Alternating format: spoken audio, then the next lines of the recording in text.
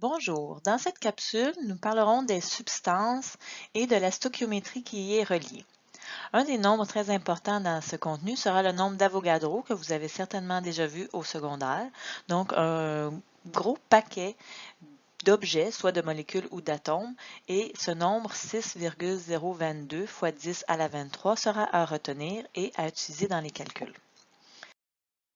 Effectivement, on regroupe souvent les objets en termes de paquets ou de groupes, comme c'est le cas par exemple de la douzaine d'œufs. Donc un paquet de 12 porte le nom de douzaine. Un paquet de 6,022 fois 10 à la 23 particules porte le nom de mol. Donc, c'est un paquet avec vraiment beaucoup de particules à l'intérieur, surtout parce que les particules en question, comme les atomes et les molécules, sont très petits. Voyons voir la signification de la mol et comment nous allons l'utiliser dans les calculs stoichiométriques. Prenons l'exemple d'une mole d'eau. En fait, on pourrait exprimer cette même quantité d'eau dans d'autres unités, soit les molécules d'eau. Donc, une mole correspond à 6,022 fois 10 à la 23 molécules d'eau. Dans un calcul stoichiométrique, on pourrait convertir une mole d'eau ou tout autre nombre de moles d'eau en molécules d'eau, sachant que la proportion entre elles, ou le facteur de conversion plutôt, est de 6,022 fois 10 à la 23 molécules correspond à une mole d'eau. Si on subdivise encore ces molécules d'eau, on trouve qu'il y a aussi 2 moles d'hydrogène à l'intérieur et 1 mole d'oxygène à l'intérieur. On peut aussi exprimer ces quantités en atomes d'hydrogène ou encore en atomes d'oxygène, selon toujours le nombre d'Avogadro. Donc, une autre façon d'utiliser ces conversions dans les calculs, par exemple, on pourrait dire une mole d'eau correspond à un nombre de moles d'hydrogène. Donc, vous voyez que les indices de la formule chimique peuvent se retrouver dans un facteur de conversion selon nos besoins. Et à tout moment, on peut convertir des moles en atomes ou des moles en molécules selon les besoins du calcul. Parlons maintenant un peu de la masse molaire des atomes et des molécules. Donc, si on revient avec la mole, celle-ci a été créée de telle sorte qu'elle correspond au nombre d'atomes dans très exactement 12 grammes de carbone 12. Ceci fait en sorte que nous pouvons lire le tableau périodique de cette façon. Soit la masse molaire qu'on y trouve correspond à la masse d'une mole d'atomes de carbone exprimée en unités de grammes. Donc, quand nous avons un échantillon de 12 grammes de carbone pur, nous avons une mole d'atomes de carbone. Ceci est la masse molaire atomique du carbone.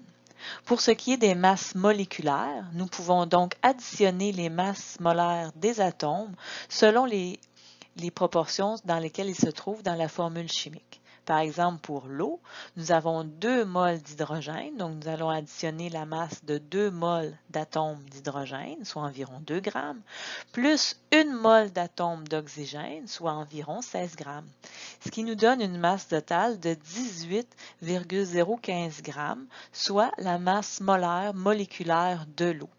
Donc, quand nous avons un échantillon de 18 grammes d'eau pure, nous avons exactement une mole de molécules d'eau, ou si vous préférez, 6,022 fois 10 à la 23 molécules d'eau. Les pourcentages massiques. Prenons une mole de CH2Cl2, le dichlorométhane. Sa masse molaire est de 84,93. À l'intérieur, il y a 2 moles de chlore qui chacune pèsent 35,45 grammes. Ainsi, elles occupent une masse de 70 grammes dans le composé. Leur pourcentage massique est donc relativement élevé puisque 70 grammes sur 84 grammes d'échantillon occupent un pourcentage massique de 83%. L'hydrogène, bien que dans le même nombre de moles d'atomes, ne pèse que 1 gramme pour chaque mole d'atome, soit une somme de 2 grammes. Donc, la proportion de 2 grammes pour 84 grammes d'échantillon est de 2 %. Finalement, le carbone occupe un pourcentage massique de 14 % dans cet échantillon.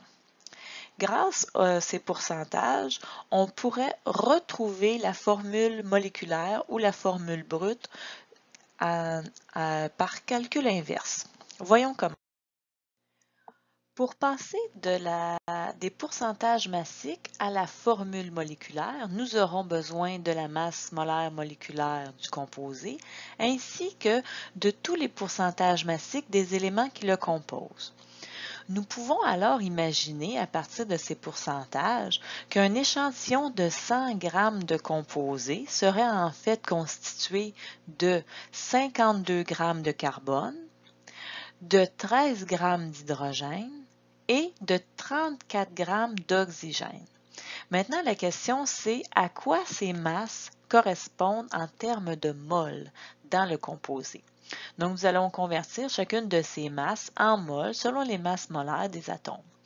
Donc, si on convertit le 52 grammes de carbone selon la masse molaire de carbone, nous trouvons qu'elle correspond à un nombre de moles de 4,3 moles de carbone.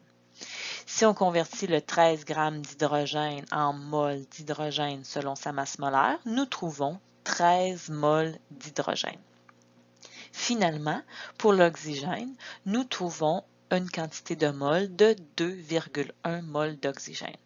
Nous remarquons que ces nombres de moles ne sont pas des nombres entiers, contrairement à ce qu'on trouve dans les formules des composés chimiques. Donc, pour retrouver des entiers, nous allons diviser toutes ces valeurs par la plus petite d'entre elles. Donc, en faisant ça, nous trouvons que la proportion d'oxygène serait 1 mol, la proportion d'hydrogène serait de 6 et la proportion de carbone serait de 2. Donc, ces valeurs deviennent les indices dans la formule du composé. Nous trouvons donc que ce composé, qui est fait à partir de 52 % de carbone, 13 % d'hydrogène et 34 % d'oxygène, toujours en termes de masse, serait en fait du C2H6O. Le 1 ne serait pas nécessaire à écrire dans la formule. En vérifiant avec la masse molaire du composé, on trouve que la masse molaire de C2H6O est effectivement de 46 grammes pour 1 mol. Nous avons donc trouvé, cette fois-ci, directement la masse molaire du composé moléculaire. Si tel n'était pas le cas, il faudrait trouver la proportion qui relie la formule brute à la formule moléculaire par un certain nombre d'entiers.